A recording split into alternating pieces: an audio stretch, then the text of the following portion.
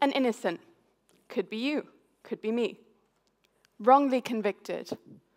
Everything happens for a reason, though, right? An intelligent person wastes their life and ends up being dependent on welfare. Live in the moment, though, right?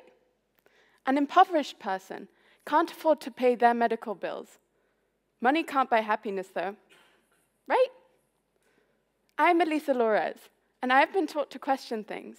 Yet, I have been fed cliché sayings since I was old enough to listen to them. But I must question, what if there was an alternative view? A view that challenges the intricacies of these sayings and allows people to make up their own mind on what they want to live their lives by. Well, tonight, I intend to provide that view. I'm going to start with the more common among these sayings. Money can't buy happiness. Now, while I think we can all agree that our lives require more to feel complete, family, friends, fulfillment among them, I cannot help but feel we should take nothing we receive for granted. And whether we like it or not, those more fortunate among us do benefit from the privileges that money brings. If money can be a vehicle towards fulfillment, won't we be stupid not to teach people how lucky they are to have it? Is it not possible that understanding the worth of something can help someone appreciate the struggles of someone who is less fortunate than them? Now, am I saying as a blanket statement, money can buy happiness? No. It is human nature to feel emotions such as sadness, even in the presence of money. But we mustn't deny that a lot of people work very hard to give those around them the opportunities they have today. And rather than denouncing this work, we should be celebrating it. When I have children one day, I hope to raise them on this. Money can't buy happiness, but you are damn lucky to have it. And if you use it in the right ways, it can help you achieve your goals. I hope to make them understand how much support they get. Support that I will help work for, as my parents do for me every single day. Support that not everybody receives, and support that, while it doesn't shape their lives, it can help them do so. Next, I'd like to address the notion of living in the moment. Now, while I think we can all agree that this saying has some kind of validity, wouldn't we be doing ourselves a misjustice if we didn't consider our past or our futures at all? In my opinion, our memories, experiences, and thoughts are what shape us into the beings we are today. So let's take a moment to live in the past, so to speak. Let's go further back. The good and the bad things that our ancestors did for us. We must learn from the wars and the hatred built into our society and thank those who fought for our freedoms. My freedom to stand here today and talk about something that not everybody will agree with. My freedom to come here today and listen to these incredibly smart young people talk about something they feel passionate in. We are the only species who have this innate ability to learn from the past. But, as mentioned previously, our futures are important as well. So, let's take a moment here. I'm 16. I have a world of possibilities ahead of me. Universities, careers, contribution to society.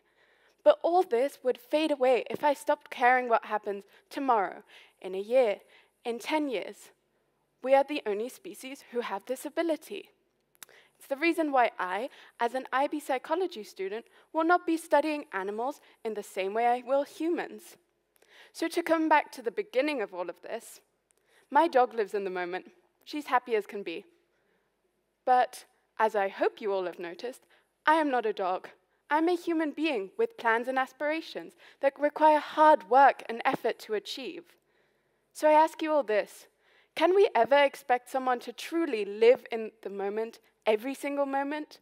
Or is it not better to teach people to learn from their mistakes and care about their futures? Finally, I'd like to touch upon the notion that everything happens for a reason. Destiny. It's an interesting concept if you think about it. No matter what I do or say, the outcome will be the same. No matter how much I want something, if I am not destined for it, I won't achieve it.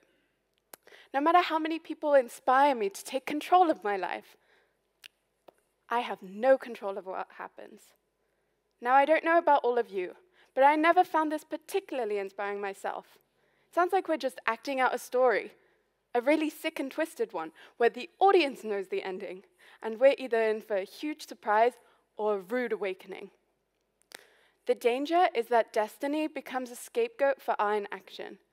If we can simply convince ourselves that everything happens for a reason, we can get away with sitting around, waiting for our lives to transform overnight, which, realistically, is not going to happen. Now, I'm not saying that I have all the answers here, but for the sake of this, I'd like to share my reasoning. I believe that our lives are completely ours. We can become the leaders of tomorrow. We can invent cures for the incurable. We can even just have a loving home and family. But all of these things are our responsibility to execute. And we mustn't just simply wait for destiny to change our lives. But why should you care, right? I mean, I've said before that these sayings have some validity. And maybe black and white statements are just easier for us, more catchy. But in a world where we truly question everything we're being told, not just what is easiest and most convenient for us, we can all become more open-minded, rather than imposing our views on ourselves and on others. So what do I want you to take from all of this? Maybe you just think I'm a little girl talking about something she knows nothing about. Well, first of all, I hope you have taken something more from this. We should question everything we're being told, not just what has been questioned by thousands of people before us.